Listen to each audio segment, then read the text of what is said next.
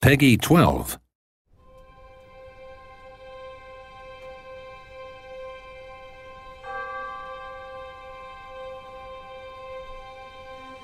Dorado is the fourth major expansion for Europa Universalis 4.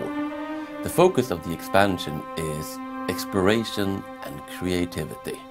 We're adding 3 new religions to the new world to represent the beliefs of the Aztecs, the Incas, and the Maya people. The Aztecs have a new religion called Nahuatl, which is focused around the concept of the end of the world and human sacrifice and how they come together. The Aztecs believed that unless they kept sacrificing human hearts, the universe would end. So to represent this, we have a mechanic we call doom. Nahuatl nations will have a doom counter that goes towards 100. If it ever hits 100, the world doesn't end, but things go very badly for your country. And to keep this doom counter down, you have to go to war, try to take prisoners and sacrifice them to the gods. And you can also force other nations to be your vassals and sacrifice their rulers. All, in the name of keeping the universe together. The Incas have a new religion called Inti, which is based around religious authority, which is the power and prestige of the Sapa Inca, the emperor of the Incas.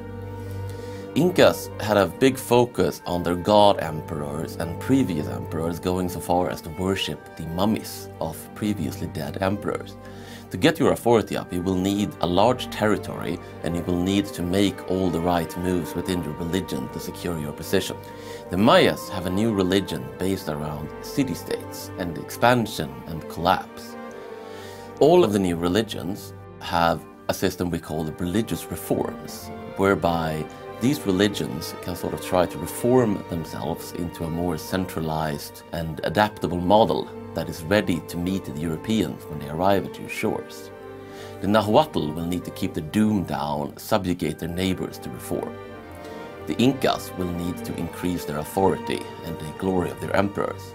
The Mayas just need to conquer, they need to grow. But when they reform, they collapse, they go back to being a city-state, although each time they get a bit more territory. For all of these religions, for the first 100 years, you will be struggling to reform your religion to be ready. But if you are ready when Europeans come, you will get the best religion in the game. Dorado is not all about the native states. We've also added a number of new features for explorers and colonizers. For one, we have added a new system of exploration that we call hunting for the 7 cities. What it means is that you can send your conquistadors to hunt for the legendary cities of gold and Fountain of Youth. You can actually try to find Dorado, which the expansion is named after, and you can actually succeed at finding it.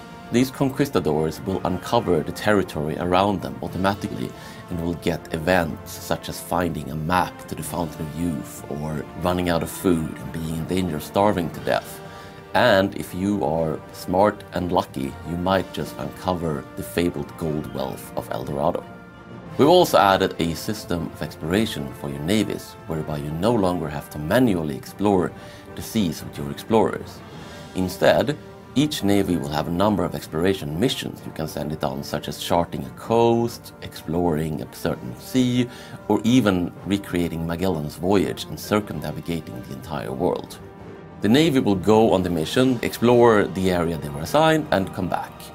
And there is also a number of things that can happen while on exploration, similar to the way the 7 cities work. You can uncover events, you might meet some people on the shores, things might happen.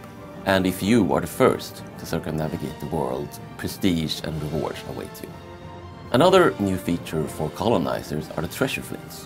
When your colonies in the new world start getting gold, they will send treasure fleets, so containing that gold and silver, which means that you will get all of the gold from your colonies. However, these treasure fleets are only sent like every few months, and any pirates between your colony and your home will intercept the treasure fleets and steal some of their gold.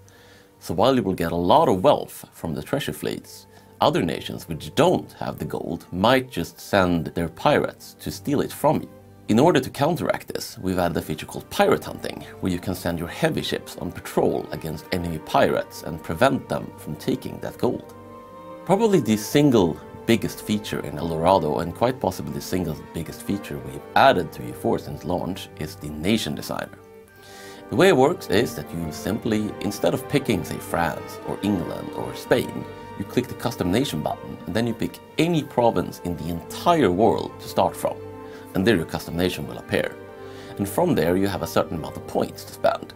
And that point you can spend on more provinces, you can spend it on having great rulers, you can spend it on having a particular government or a particular technology group, or you can build your own entirely custom idea set. Create precisely the nation you want to create, whether it be a military superpower or a trade-oriented nation or a nation that has something about it that just clicks for you.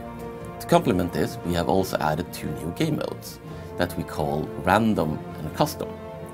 Previously we have the Random New Worlds, which create a completely randomized new world instead of the traditional Americas. Random setup is not actually a random world per se, it does not change the land masses. What it does is completely change which nations start where. If you start in a random setup, you will have an empty map, and then you get to design the custom nation that you want to create, and when you click play, the world will be filled in by all of these nations that are not in places you expect. So you might have Denmark in Persia, Norway as a great empire in China, and so on, and it's a completely new experience each time. The custom setup is actually just that the map is empty. The only nations in the map are the ones you create. And here is where the nation designer also comes into play, because you can not only make your own nation, you can make up to 32 different nations, and you don't have to play them. So you can actually create your own entirely custom world to play in using these features. We have also added the ability to either randomize or flatten, that is to say, set so they are all the same for the manpower and tax values in the provinces. So you have a lot more freedom in sort of deciding what kind of game you want to play. Dorado will come out on February the 26th, and I think it'll be pretty great.